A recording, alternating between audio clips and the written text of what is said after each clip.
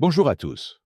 C'est une journée chargée sur les marchés aujourd'hui, marquée par les avertissements sévères de Jamie Dimon, une accélération massive de la stratégie Bitcoin de Michael Saylor et des mouvements de baleine qui agitent la blockchain.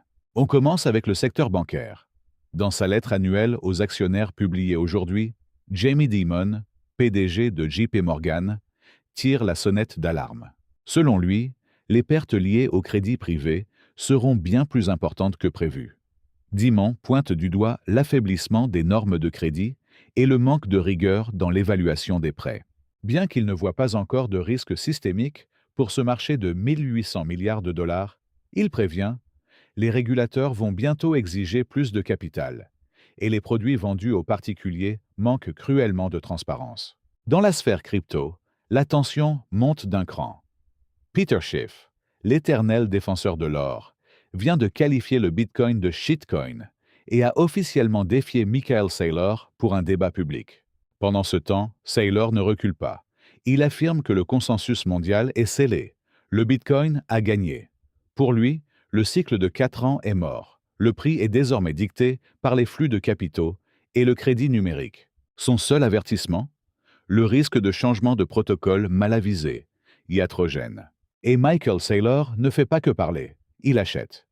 Aujourd'hui même, sa structure stratégie a acquis 4 871 BTC supplémentaires pour environ 329,9 millions de dollars, soit un prix moyen de 67 718 dollars par unité. Au 6 avril 2026, l'entreprise détient désormais un total colossal de 766 970 BTC, acquis pour environ 58,02 milliards de dollars.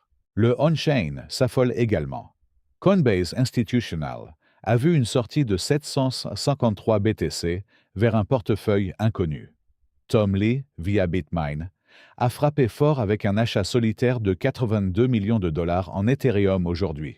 Chainlink a finalisé son déblocage trimestriel de 19 millions de jetons, 165 millions de dollars.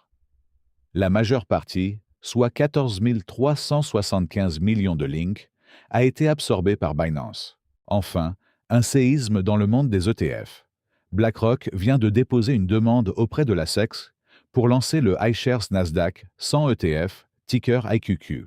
C'est une attaque directe contre le célèbre ETF QQQ d'Invesco.